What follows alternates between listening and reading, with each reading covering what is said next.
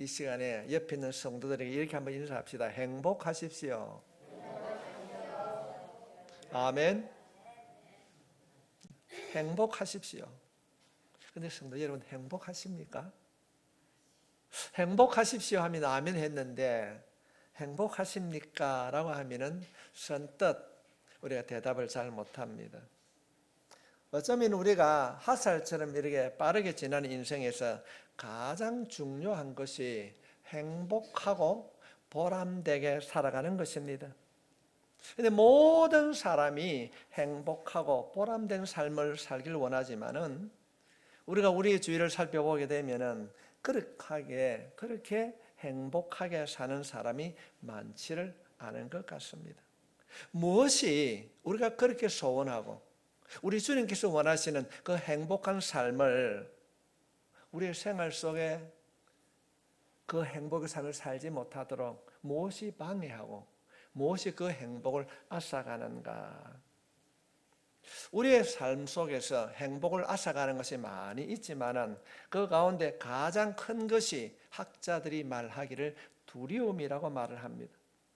두려움은 우리의 삶의 행복을 앗아갑니다. 뺏어갑니다.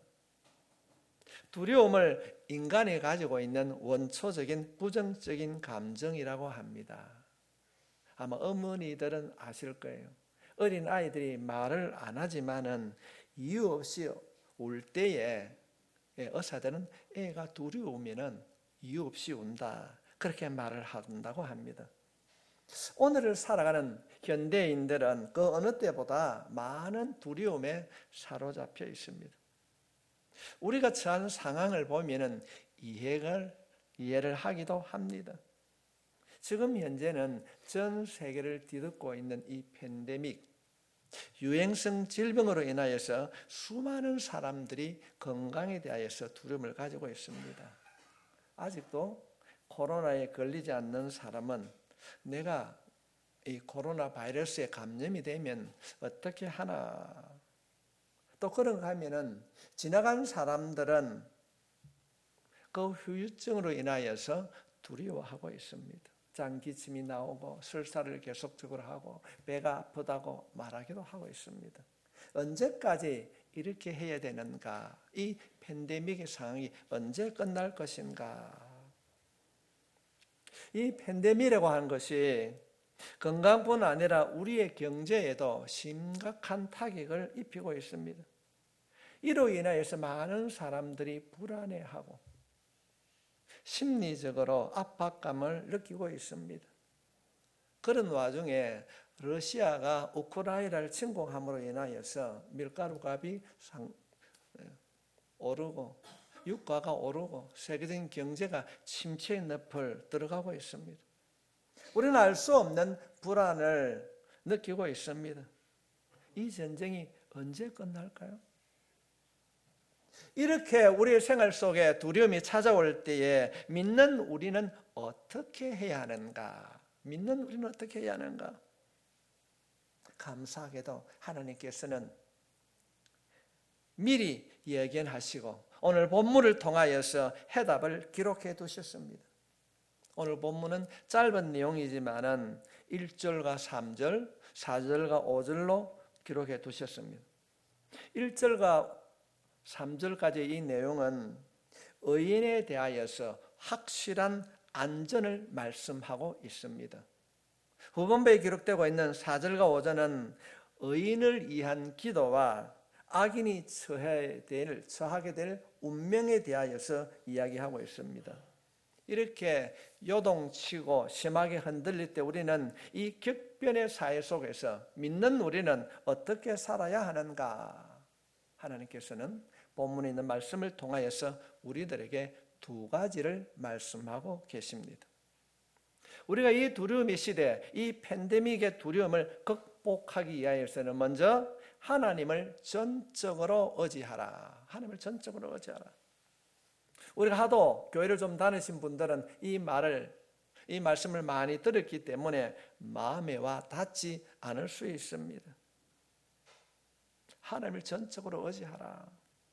그러나 본문 1절은 이렇게 말씀하고 있습니다. 여호와를 의지하는 자는 시온산이 흔들리지 아니하고 영원히 있음 같도다. 오늘 본문에서 가장 중요한 단어가 의지하다, 의지하다. 이 의지하다는 말은 히브리 말로 바타허라는 그런 말씀인데 마음이 든든하다 그런 내용입니다. 내가 누군가를 신뢰함으로 내가 신뢰하는 그 사람이 있으므로 내 마음에 행복과 평안이 있다. 두려움의 때에 두려워하지 않는다고 그렇게 말씀하고 있는 것입니다. 이 땅을 살아가는 날 동안 뭔가 안 되고 두려움이 찾아왔을 때 어떻게 해야 되는가? 조바심을 가지고 살아가는 것이 아니라 염려하고 근심을 가지고 살아가는 것이 아니라 행복과 평안을 느낄 수 있도록 내가 누군가를 완전하게 안전하게 의지하고 살아야 된다. 그렇게 말씀하고 있습니다. 원문적인 말씀을 보면 이 바타라는 말은 활을 쏘는 사람이 시위의 활살을 잡고 던지기 직전 이 활살에 따라서 방향이 결정됩니다. 좀 더 우리가 문자적으로 살펴보게 되면은 어머니 품속에 안겨 있는 갓난 아이를 의미합니다. 이것이 성경에서 말하는 의지한다라는 의미인 것입니다. 어머니 품속에 있는 어린 아이, 이 모습을 한번 상상해 보십시오. 어머니 품속에 있는 갓난 아이의 그의 모든 생명과 운명은 어머니 손에 달려 있습니다. 어머니 품속에 안겨있는 아이에게는 주위 환경이 그렇게 중요하지 않습니다. 날씨가 춥거나 덥거나 먹을 것이 있거나 없거나 중요하지 않습니다. 부도가 나는가 경제가 흔들리는가 중요하지 않습니다. 심지어는 전쟁이 일어나도 중요하지 않습니다. 왜냐하면 그 아이는 어머니 품속에 안겨있기 때문에 그렇습니다. 아무리 환경이 어려워도 어머니 품속에 있으면 그 아이는 평안하고 행복을 느끼게 됩니다.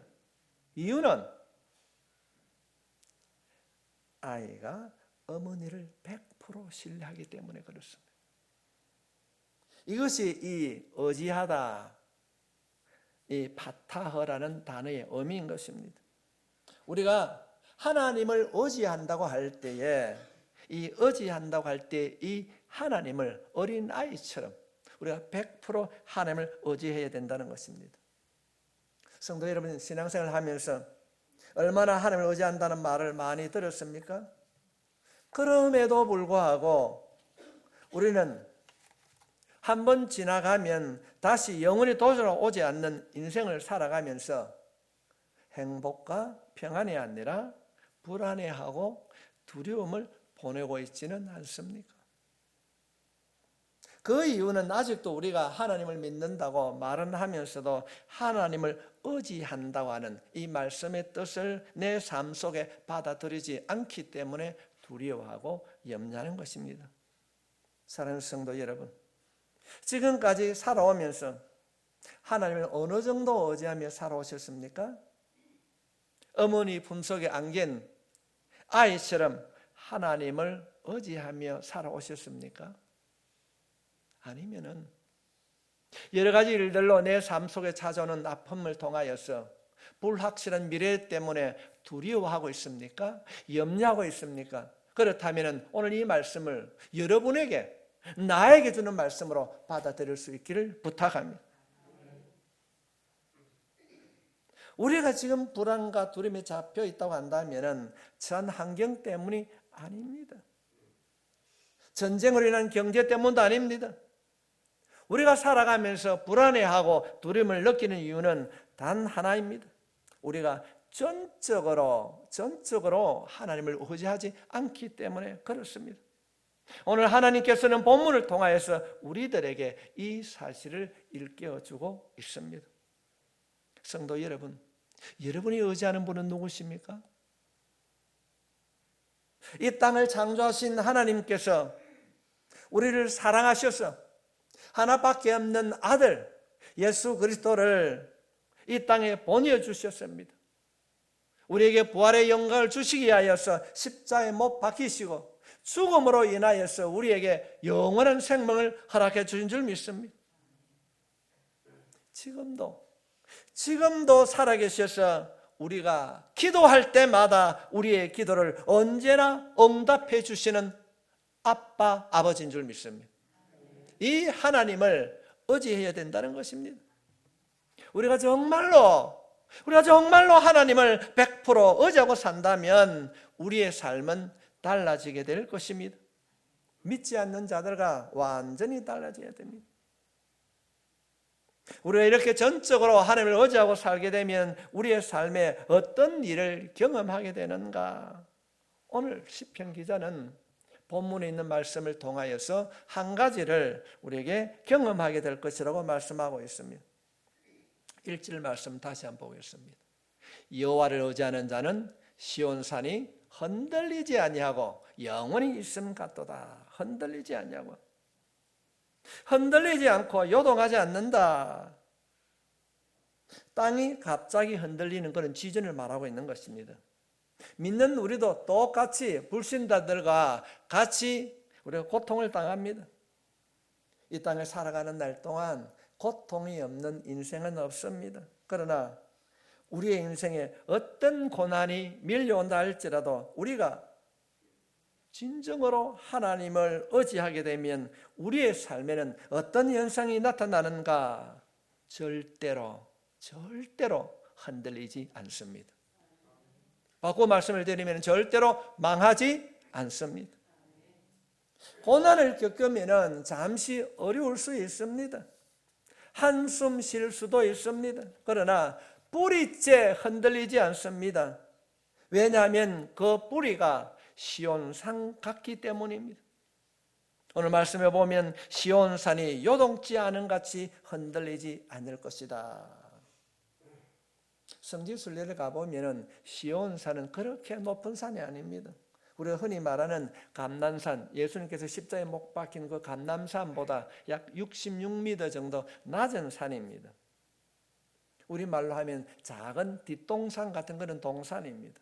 그런데 왜 성경은 이 시온산을 말하고 있는가? 성경을 살펴보게 되면 시온산은 하나님이 강림하는 산이기 때문에 그렇습니다. 하나님이 장차 이 땅을 심판하실 때에, 이 땅을 다스릴 때에 시온산에 오셔서 보좌를 설치하시고 이 땅을 다스릴 것입니다. 이 말씀의 뜻은 하나님을 의지하는 자, 하나님을 나의 주라고 고백하는 자에게는 주변의 환경에 흔들리고 요동하는 것이 아니라 시온산에서 하나님께서 이 땅을 다스리는 주변 환경을 지배하고 다스린다는 것입니다. 그 흔들림의 때에 하나님께서 여러분을 붙잡아 주신다는 것입니다. 이것이 하나님을 의지하는 자의 특징인 것입니다. 하나님을 의지하는 자의 삶에는 뚜렷한 특징이 있습니다. 그 특징은 환경에 의해서 흔들리지 아니하고 오히려 환경을 지배하고 다스립니다. 예를 들면 힘들고 어려운 일이 똑같이 온다 할지라도 하나님을 전적으로 의지하는 자는 그 환경 때문에 낙심하는 자가 아니라 그 환경 때문에 낙심의 때에 기도하게 될 줄 믿습니다. 기도할 때 하나님께서 응답해 주실 줄 믿습니다. 우리가 이 땅을 살아가는 데는 두 부류의 사람이 있습니다. 신앙 지향적인 사람이 있는가 하면은 환경 의존적인 사람이 있습니다. 환경에 의존하는 사람은 늘 외부적인 조건에 지배를 받습니다. 행복과 불행이 환경과 여건에 의해서 주어진다고 믿습니다. 그래서 자신의 삶의 환경이 좋으면 웃습니다. 기뻐합니다. 그러나 나빠지면 불평하고 원망하는 것입니다. 이들이 느끼는 기쁨과 슬픔은 자신의 것이 아닙니다. 자신의 인생을 자신이 살아가는 것지만은 이들은 환경의 지배를 받고 살아가는 것입니다. 이런 자의 삶을 성경에서는 가짜 인생, 연극 같은 인생을 살아간다고 말하고 있습니다. 또 다른 한 부류의 사람은 신앙지향적인 사람입니다. 이들에게는 자신이 주어지는 환경이 중요한 것이 아니라 믿음의 대상인 것입니다. 하나님을 알고 있습니다. 머리로만 아는 것이 아니라 환경이 열악해질 때 열악해짐으로 더 하나님을 찾게 되는 것입니다. 삶 속에서 경험적으로 하나님을 체험하는 삶을 살아가고 있습니다. 사랑하는 성도 여러분, 하나님이 지금도 이 땅을 지으시고 살아계셔서 이 땅을 지배하고 있는 줄 믿습니다. 그런데 우리를 너무너무 사랑하시는 그분, 지금도 나를 붙들고 나를 알고 나의 길을 인도하고 계시는데 우리는 왜 나를 그렇게 붙들고 왜 나를 그렇게 아들을 버리시면까지 나를 사랑해 주시는가? 이유는 모르지만은 하나님이 나를 사랑하고 있다. 아멘? 하나님이 우리를 사랑하고 있습니다. 이 사실을 깨달았던 시편 저자는 이렇게 고백하고 있습니다. 2절 말씀에 산들이 예루살렘을 두른과 같이 여호와께서 그의 백성을 지금부터 영원까지 부르시리로다. 이것이 기자의 고백입니다. 한마디로 말씀을 드리면 믿는 성도가 이 땅을 사는 동안 우리의 삶 주위에 하나님의 보호막이 쳐 있다는 것입니다. 일례를 들어보게 되면 우리가 구약 성경에 이런 예가 참 많이 있습니다. 야곱이 형 에서를 피하여서 도망을 가다가 강나에서 잠이 들었습니다. 이 야곱의 인생을 여러분의 인생으로 한번 잠시 생각해 보십시오. 아버지를 속이고 형님을 속이고 그로 인해서 도망을 갑니다. 아무도 없는 강야에서 도망가는 그가 잠이 들었어요. 돌베개를 베고 돌을 베개 삼아 잠이 들었습니다. 맹수 소리가 들려오는 거예요. 요즘같이 나침판이 있는 것도 아니고 내비게이션이 있는 것도 아닙니다. 형님의 분노를 피하여서 도망치듯 외삼촌 집을 가다가 밤중에 그가 실신하여 아마도 잠이 들었을 거예요. 그런데 돌을 베개 삼고 잠자는 그에게 비몽사몽간에 꿈을 꾸게 되었을 때에 천사가 사닥다리를 오르락내리락 하는 거예요. 그 사닥다리 끝을 보게 될 때에 하나님이 계십니다. 그 하나님을 바라보았을 때에 야곱아 두려워하지 말라.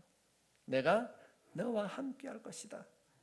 하나님께서 내가 너를 지켜주실 것이다. 내가 너를 반드시 고향으로 다시 돌아가게 할 것이다. 이 음성을 듣고 두려워하던 이 야곱이 일어나서 베개 삼았던 돌을 세우고 예배를 드립니다.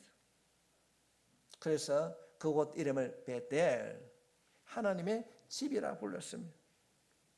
지금까지는 자신 혼자 산다고 생각했는데 도망가는 내 신세가 아이고 어떻게 애를 쓸까 한탄했을지도 모릅니다.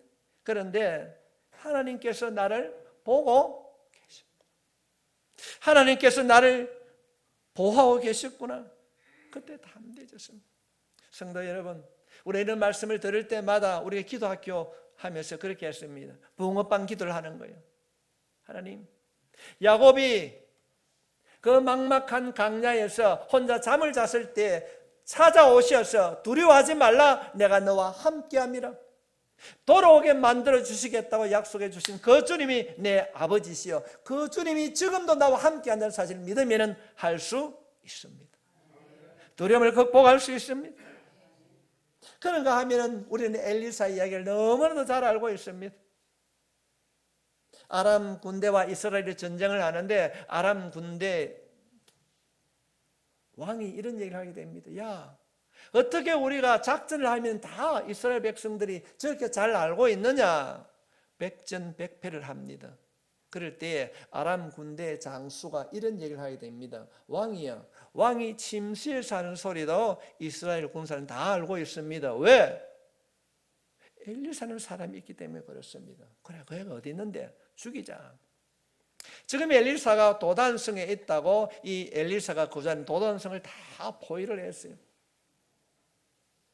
엘리사의 종 게하시가 아침에 눈을 떠서 바라보니까 아람 군대가 진을 칵 치고 있어요. 믿음 없는 게하시가 이런 얘기를 하게 됩니다. 선생님, 큰일 났습니다. 왜 이리 호들갑을 떨어? 아니요, 큰일 났습니다. 창문을 한번 열어보십시오. 아람 군대가 성을 완전히 포위하고 있었습니다. 그때 엘리사가 기도합니다. 하나님, 앞을 보지 못하는 게하시의 눈을 열어주십시오. 눈을 열어주십시오. 그럴 때 그 기도 이후에 게하시가 눈을 떠보니까 아람 군대 뒤에 하나님의 군사, 하나님의 불병거가 가득 포위하고 있는 모습을 바라보게 됩니다. 우리의 눈에 보이지 않지만은 하나님이 우리를 보호하고 계신 줄 믿습니다. 사랑하는 성도 여러분, 힘듭니까? 어렵습니까? 포기하지 마십시오. 하나님은 우리를 지켜주고 있습니다. 눈에 보이는 것으로 만족하지 마십시오. 눈에 보이는 것으로 만족하고 그것을 의지하고 살아간다면 어리석은 자의 삶인 것입니다. 그런 인생은 연꽃과 같은 인생입니다. 속는 것입니다. 믿는 자의 신앙, 믿는 자의 삶은 눈에 보이지 않아도 하나님이 지금도 우리를 지키시고 보호하고 계시는 사실을 믿어야 합니다. 시편 기자는 그 혹독한 어려움 속에서도 의지하기로, 하나님을 의지하기로 마음으로 결단합니다. 그러고 난 이후에 그가 선포하고 있습니다. 3절 말씀입니다. 악인의 규가 의인들의 땅에서는 그 권세를 누리지 못하리니 이는 의인들로 하여금 죄악에 손을 대지 아니하게 함이로다. 악인의 규가, 이는 악인의 규라고 하는 것은 우리가 연속극을 보게 되면은 임금 옆에 부채 같은 것을 들고 있는 걸 아마 보았을 겁니다. 이것은 권세와 무기를 말하는 것입니다. 지금 현재 이 시편 기자가 선포하는 거예요. 하나님을 의지하게 되면은 악인의 무기가, 악인의 권세가 우리를 해치지 못한다는 것입니다. 어쩌면 팬데믹이나 전쟁이나 경제적인 어려움이 우리를 흔들 수 있습니다. 그러나 이 어려운 세상에서 우리가 하나님을 의지하게 되면은 실패하는 인생을 살지 않고 정말로 하나님을 의지한 만큼 하나님께서 우리를 지켜주실 줄 믿습니다. 우리가 성공한 인생을 살기 원한다면, 두려움을 극복하기를 원한다면 환경을 바라보지 말고 우리를 두르고 계신, 나를 붙잡고 보호하시는 하나님을 전적으로 의지할 수 있기를 바랍니다. 어머니 품에 안긴 어린아이, 성도 여러분, 그와 같이 하나님을 붙드십시오. 하나님을 의지하십시오. 이 격동의 사회에서 평안과 행복을 누리기를 원한다면 하나님을 의지할 수 있기를 부탁합니다. 어떻게 하면 삶 속에 찾아오는 이 두려움을 극복할 수 있는가? 두 번째로, 하나님께 인정받는 삶을 살아라. 우리는 하나님을 의지하고 하나님이 인정하는 삶을 우리는 뚜벅뚜벅 우리는 걸어가는 것입니다. 신앙생활에서 가장 위험한 것이 무엇인가? 신앙생활의 미신입니다. 좀 이상하게 들린지 모르지만은 교회를 다니는 사람들이, 어쩌면 직분을 받은 자들도 미신을 믿고 있습니다. 처음 시작할 때는 하나님을 믿는 믿음으로 시작을 했는데 나중에 가니까 시간이 지나면은 하나님을 섬기는 것이 아니라 자신을 섬기고 있어요. 내 마음 중심에, 내 생활 중심에 하나님께서 자정하셔야 되는데 어느 순간 내 마음과 내 생활 중심에 예수님이 계신 것이 아니라 자신의 욕심, 자신의 교만. 성도 여러분, 우리가 신앙생활을 오래 하면 오래 할수록 우리가 가장 경계해야 될 요소입니다. 요소. 우리가 이틀 전부터 이제 우리가 에스라를 마치고 요한 말라기서를 우리가 새벽기도에 살펴보고 있습니다. 말라기 첫째 우리에게 주신 말씀이, 주님께서 말씀하십니다. 경고한다는 겁니다. 경고. 어떤 말을 경고하는가? 우리는 주님의 보혈로 씻음 받고 구원받은 자인 줄 믿습니다. 그렇다고 한다면 우리가 인생을 살아갈 때 어떻게 살아가야 되는가? 쉽게 말씀을 드리면 너희는 세상의 빛과 빛을 잃어버리고 우리가 소금의 맛을 잃어버리는 길가에 버려져서 안 믿는 사람들에게 조롱을 받을 것이다. 발에 밟힐 것이다.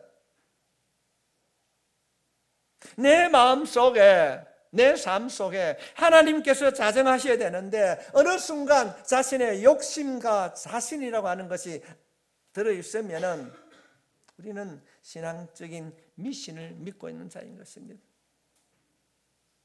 우리가 하나님을 의지하게 되면, 전적으로 진실하게 하나님을 의지하게 되면 하나님께서 우리를 보호하시고 성공의 길로 이끌어 줄 것입니다.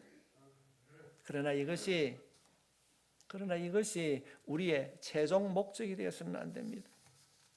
정말로 우리가 바르게 믿는다고 한다면 이 땅은 잠시요, 저 천국에 우리의 소망이 있는 줄 믿습니다. 천국의 소망이 있는 줄 믿습니다. 그러므로 우리는 바라보는 것이 달라야 됩니다. 바라보는 것이. 극동교회는 이 거제 지역의 소금 같은 교회인 줄 믿습니다. 규모가 중요한 것이 아니라 우리에게는 하나님의 참 사랑이 우리의 심령 가득히 채워진 줄 믿습니다. 소금이 맛을 내지 아니하면, 우리가 신앙생활을 바르게 하지 아니하면 이 혼탁한 거제 사회가 바르게 될 수가 없습니다. 여러분의 손을 들어 여러분의 가슴을 만져보십시오. 주님의 피 흘린 그 보혈이 여러분 가슴에 만져주십니까? 우리가 원하는 것은 이 땅에서의 성공이 아니라 궁극적인 우리의 성공은 저 하나님의 나라를 바라보는 것이 되어야 될 줄 믿습니다. 3절 말씀을 다시 한번 보겠습니다. 악인의 규가 의인들의 땅에서는 그 건세를 누리지 못하리니 이는 의인들로 하여금 지악에 손을 대지 아니하게 함이로다. 왜 하나님은 우리를 보호하시는가? 이유는 우리가 지악에 손을 대지 않도록, 미혹의 때에 미혹당하지 아니하도록 우리를 지켜주신다는 것입니다. 하나님께서 우리를 향하여서 우리에게 주시는 사명이 무엇입니까? 거룩함인 것입니다. 하나님의 관심은 우리의 거룩함인 것입니다. 하나님께서 우리가 이 땅을 살아갈 때에 지키시고 보호하시는 이유가 무엇인가? 하나님의 형상을 닮아서 거룩하게 살아가는 것입니다. 왜 이것이 하나님의 목적이 되어야 하는가? 왜 목적인가? 우리의 거룩함은 영원하기 때문에 그렇습니다. 이 땅의 것은 잠시 시간이 지나면 없어지는 것입니다. 그래서 성경은 이렇게 말씀하고 있습니다. 4절 말씀에 보면은 여호와여 선한 자들과 마음이 정직한 자들에게 선대하소서. 선한 자들과 마음이 정직한 자들입니다. 성도 여러분, 하나님께서 여러분을 알아주면 얼마나 좋을까요? 하나님께서 우리를 선대하시면은 경제적으로 또는 실질적으로 물질적으로 유익이 옵니다. 부자도 됩니다. 건강해집니다. 그러나 그것으로 끝나는 것이 아니라 하나님께서 우리에게 선대하시면은 소망이 있고 기쁨과 아름다움으로 행복한 삶을 누리게 될 줄 믿습니다. 복 받는 인생이 되는 것입니다. 근데 우리가 시편 기자의 내용을 보면은, 기도 내용을 보면은 한 무리의 사람을 위하여서 이렇게 기도하고 있습니다. 여호와여, 여호와여, 여호와여, 선한 자들과 마음이 정직한 자들에게 선대하소서. 정직한 자. 여기서 선한 자들이라고 하는 것은 도덕적으로 항상 옳은 것을 의미합니다. 마음이 정직하다. 마음이 정직하다는 말은, 죄송합니다, 이게 히브리 말로 마샬이라는 말인데, 이 마샬이 뭔가 하면은 여자들이 머리를 파마하면 머리가 어떻습니까? 그냥 뽀글뽀글하지요. 이 내용입니다. 우리가 정직한 자를 살게 되면은 굽은 길, 이 파마를 하면은 머리가 뽀글뽀글 해가지고 고든 게 하나도 없습니다. 우리가 정직하게 살게 되면 우리의 삶의 방향이 항상 바르고 곱고 흠이 없는 삶을 살 수 있다는 것입니다.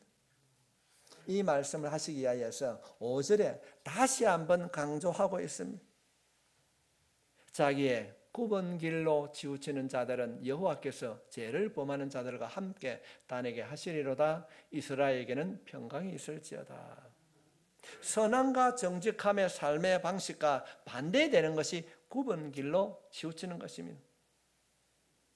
굽은 길로 간다. 이 굽은 길로 간다는 것이 여자가 파마해 놓은 것처럼 구불구불 그렇다는 것입니다. 곧은 머리가 없습니다. 우리가 인생을 살아가면서 환경의 지배를 받아 자신의 가치관과 지배를 바꾸게 되면은 하나님을 전적으로 의지하지 아니하면은 파마 머리처럼 길이 곧은 길이 없고 왜곡된 길을 가게 된다는 것입니다. 얼마나 많은 믿음의 사람들이 자신의 유익에 따라 자신의 가치관을 바꾸는지 모릅니다. 오늘 메시지는 명확합니다. 이 격동의 사회 어떻게 해야 될 것인가? 두려움이 아니라 행복한 삶을 살 수 있는가? 성도 여러분, 환경이 아니라 우리를 두르고 우리를 인도해 주시는 하나님을 의지해야 될 줄 믿습니다. 물질을 의지하고 사람을 의지하는 것이 아니라 모든 영역에서 하나님만을 의지하는 여러분이 될 수 있기를 주의 이름으로 축복합니다. 아무리 사회가 혼란스러워도, 아무리 사회가 구부러진 것 같이 달려가고 있어도 선하고 정직하게 올바른 길을 믿는 자는 걸어가야 될 줄 믿습니다. 그래야 할 때에 하나님이 우리를 인정하시고 하나님께서 우리를 선대해 주실 것입니다. 이 땅에서 선대해 주시고 육체도 하나님께서 만져주실 줄 믿습니다. 우리의 영혼과 우리의 마음도 하나님께서 만져주실 줄 믿습니다. 사랑하는 자여, 내 영혼이 잘된 것 같이 내가 범사에 모든 일에 잘되고 강건하게 오르도록.